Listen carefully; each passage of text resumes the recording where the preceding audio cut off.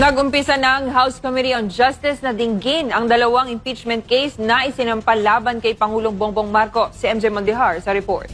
Gumulong na ang House Committee on Justice sa pagtalakay sa dalawang impeachment complaint na isinampa laban kay Pangulong Bongbong Marcos. Unang sinuri ng komite kung ang De Jesus at Makabayan complaints ay sufficient in form. Ang sufficiency in form ay nangangahulugang kumpleto ang mga dokumento at nasunod ang tamang proseso ng pagpasa ng reklamo. 46 na congressman ang bumoto pabor para sa sufficiency in form ng De Jesus complaint.